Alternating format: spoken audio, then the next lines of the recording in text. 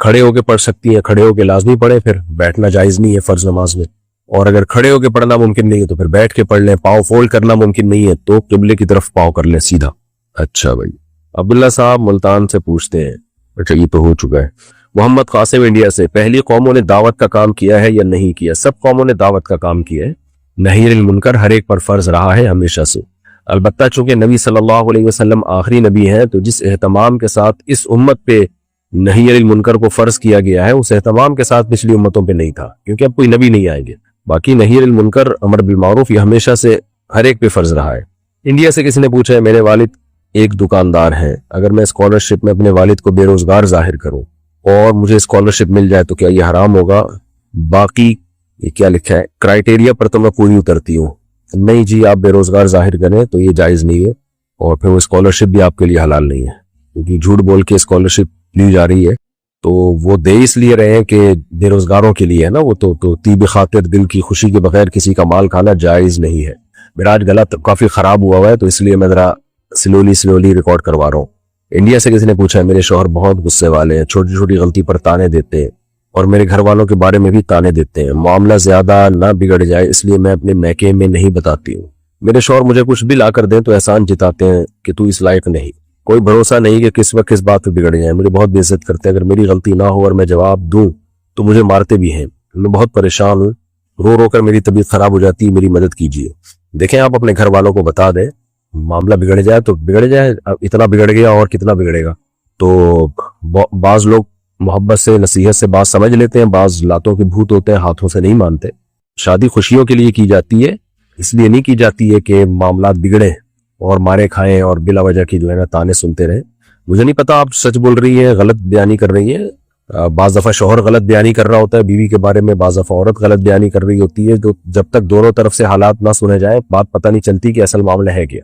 لیکن بہرحال اگر صحیح کہہ رہی ہیں آپ، جو کچھ آپ نے اپنے ہسبینڈ کے بارے میں بتایا وہ سچ ہے، پھر آپ کو چاہیے آپ اپنے گھر والوں کو بتائیں، اپنے بھائیوں کو، رشتہ داروں کو، مردوں کو، تاکہ وہ آپ کے شوہر کے جو نٹ بولٹ ہیں وہ ٹائٹ کریں اور ان کے سافٹ ویئر اپڈیٹ کریں۔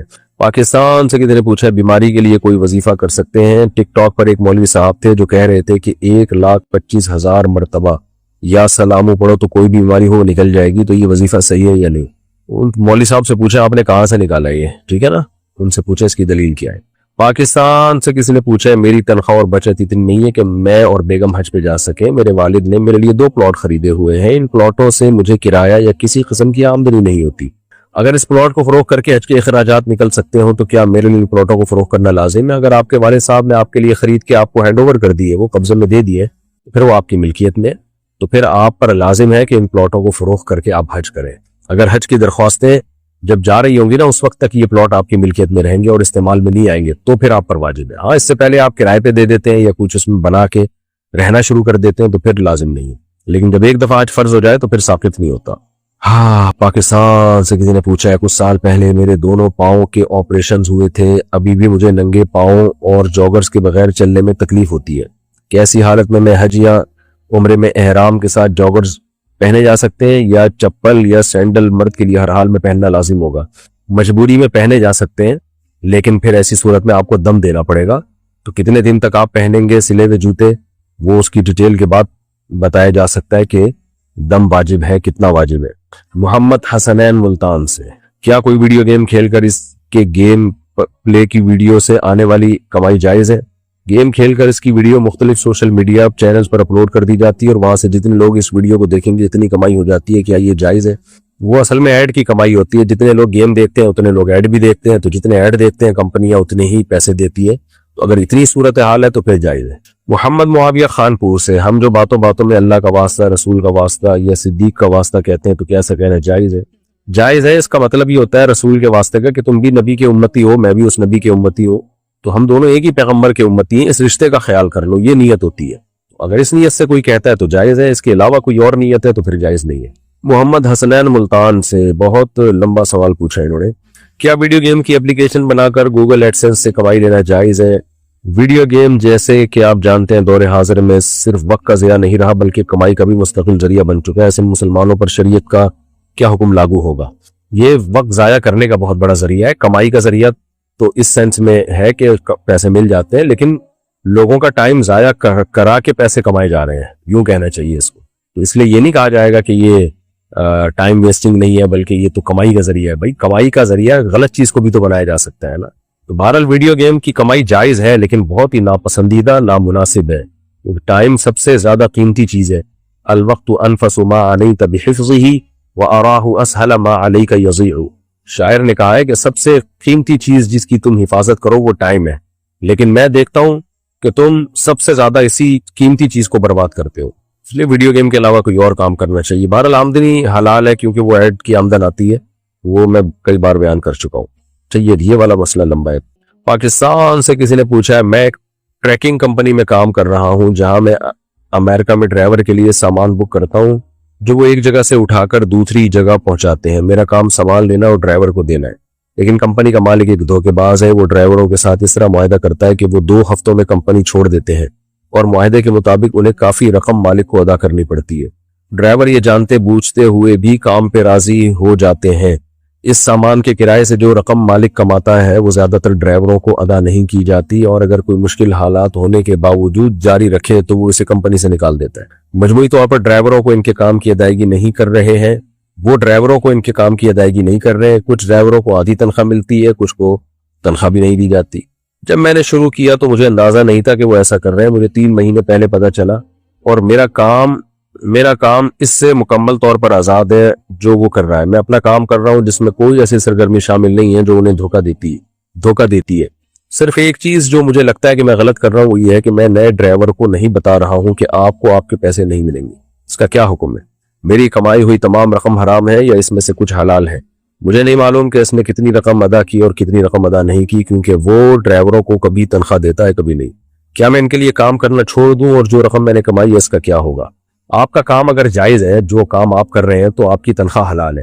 باقی وہ جو آپ کا سیٹ یا جو بھی کمپنی کا مالک ہے جو 2 نمبریاں کر رہا ہے وہ اس میں گنہگار ہو رہا ہے، حرام کر رہا ہے، ناجائز کر رہا ہے. باقی یہ کہ آپ کو بہتر یہی ہے کہ ایسے فراڈیوں کے ساتھ آپ جاب نہ کریں، چھوڑ دیں، صحیح اچھی حلال جاب تلاش کریں. تو اور ڈرائیوروں کو بتا دینا ہی بہتر ہے. اگر کوئی ڈرائیور آتا ہے نا، آپ کو پتا ہے اس کے ساتھ دھوکا ہوگا، تو مسلمان کی خیر خواہی کا تقاضا یہ ہے، چھپڑ میں لے جا کے چپکے سے اس کو بتا دیں. محمد حسنین ملتان سے، کیا ویڈیو گیم کی اپلیکیشن بنا کر گوگل ایڈسنس سے کمائی لینا جائز ہے؟ ویڈیو گیم جیسے کہ آپ جانتے، اچھا یہ تو ہو چکا ہے مسئلہ، دوبارہ انہوں نے یہی پوچھ لیا ہے. یورپ سے کسی نے پوچھا، ہم گھر لینا چاہتے ہیں، تو یہاں گھر لینے کے لیے بینک سے فائنینس کرنا پڑتا ہے، تو وہ سود نہیں ہے، کیا ہم فائنینس کر سکتے ہیں؟ حرام ہے بھائی، سود ہے.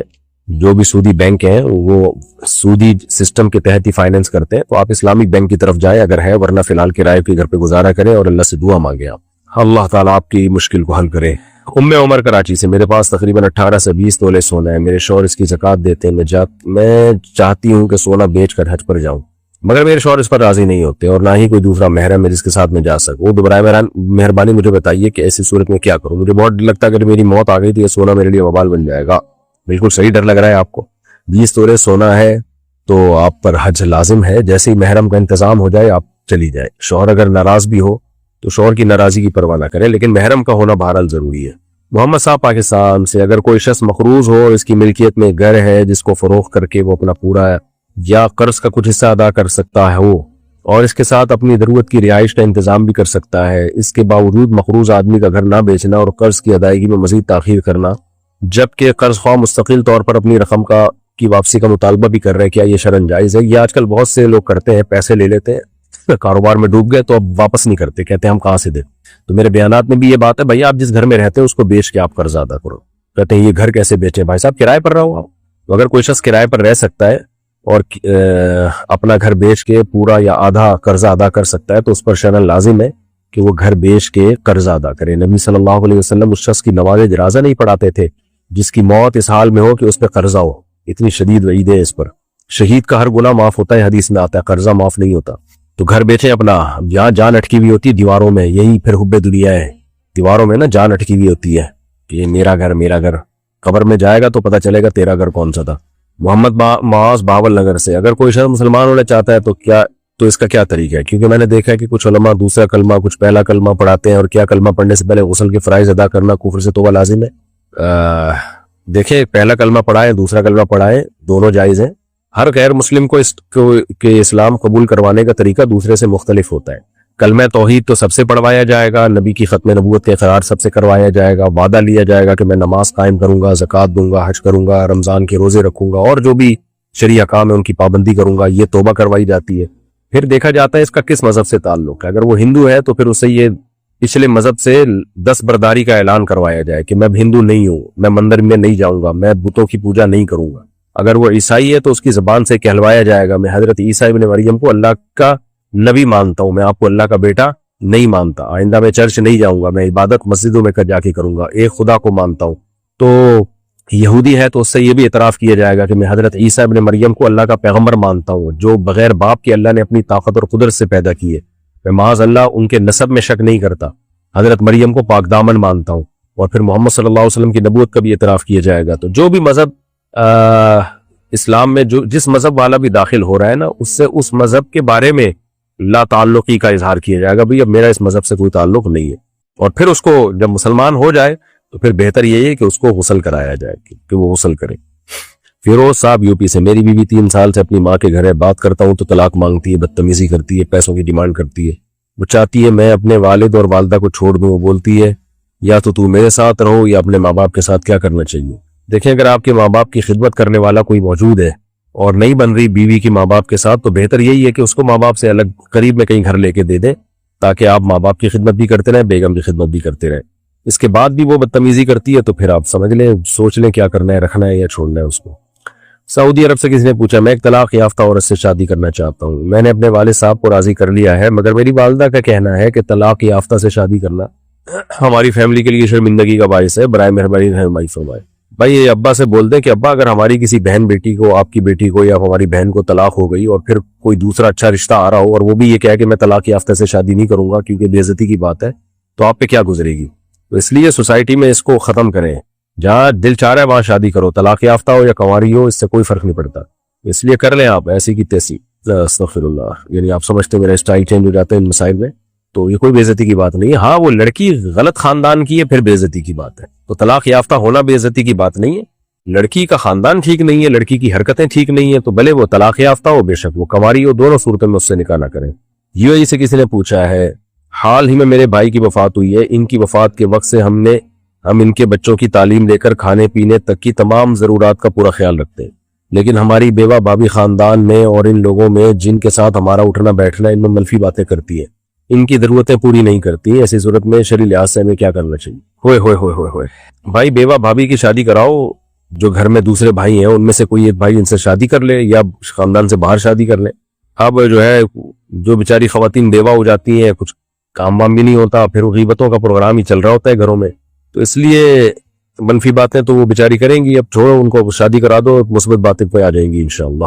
باقی کون روک سکتا ہے منفی باتوں سے؟ آج کل سے محبت سے سمجھا دیں کہ آپ مثبت باتیں کیا کریں، منفی نہ کیا کریں، 2-4 دفعہ سمجھا دیں، مان جائیں ٹھیک ہے، نہیں تو اپنے حال پہ چھوڑ دیں ان کو۔ محمد ریان انصاری انڈیا سے، میں ایک لڑکی کو پسند کرتا ہوں اور اس سے بھی نکاح کرنا چاہتا ہوں، مگر اس لڑکی کی شادی کسی لڑکے سے ہو گئی تھی، مگر اب اس لڑکی کا وہاں کسی وجہ سے فیصلہ ہو رہا ہے کیونکہ لڑکی پریشان رہتی ہے اور لڑکا کچھ زیادہ ہی دماغی مریض ہے، تو فیصلے کے بعد اس لڑکی سے میں نکاح کر سکتا ہوں؟ وہ لڑکی بھی الحمدللہ مجھے پسند کرتی ہے، نکاح کرنا چاہتی ہے، مفتی صاحب آپ اس بارے میں ہم دونوں کی رہنمائی فرمائیں۔ بھائی اگر وہاں سے فیصلہ ہو جاتا ہے، عدت پوری ہو جاتی ہے، آپ کر لیں شادی، کس نے منع کیا بھائی صاحب؟ پرتگال سے کسی نے پوچھا، میں مسلمان ہوں، شادی شدہ ہوں، اپنی لائف میں خوش ہوں، واہ واہ واہ واہ سبحان اللہ، لیکن ایک غیر مسلم لڑکی مجھ سے کہہ رہی ہے کہ اگر تم مجھ سے شادی کرو گے تو میں مسلمان ہو جاؤں گی، اگر تم نہیں کرتے تو میں مسلمان نہیں ہوں گی، ایسی صورت میں مجھے کیا کرنا چاہیے؟ اگر میں شادی نہیں کرتا تو کل قیامت کے دن گنہگار ہوں گا، اگر وہ لڑکی مسلمان نہیں ہوتی اور اس طرح مر جاتی ہے تو قیامت کے دن اس کا گناہ میرے سر پہ ہوگا کہ نہیں؟ دیکھیں اس لڑکی سے کہیں کہ آپ اسلام قبول کریں، چاہے میں آپ سے شادی کروں یا نہ کروں، شادی کا اسلام سے تعلق نہیں ہے، بلکہ یوں کہنا چاہیے اسلام کا شادی سے تعلق نہیں ہے، تو اسلام اگر دین برحق ہے تو آپ نے قبول کرنا ہے، دین برحق نہیں ہے تو قبول نہیں کرنا آپ نے، اگر آپ کو لگتا ہے تو ہم تو یہی کہیں گے دین برحق ہے لہذا آپ قبول کریں اسلام، تو اس کو شادی سے نہ جوڑیں۔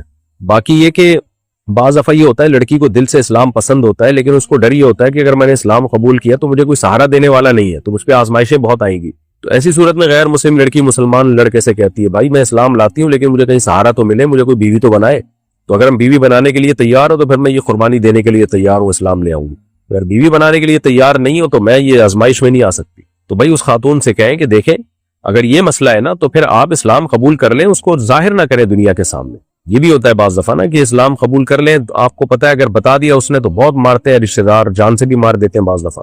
تو اس سے کہیں لڑکی سے کہ بھئی تم اسلام تو قبول کرو نا، کلمہ شہادت پڑھ لو، چھپ چھپ کے نماز پڑھا کرو، تو باقی اللہ معاف کرنے والا ہے. جب سمجھو کہ بھئی تم میں اتنی طاقت آ گئی ہے تو پھر اپنے اسلام کو نمایاں کر دو، ظاہر کر دو.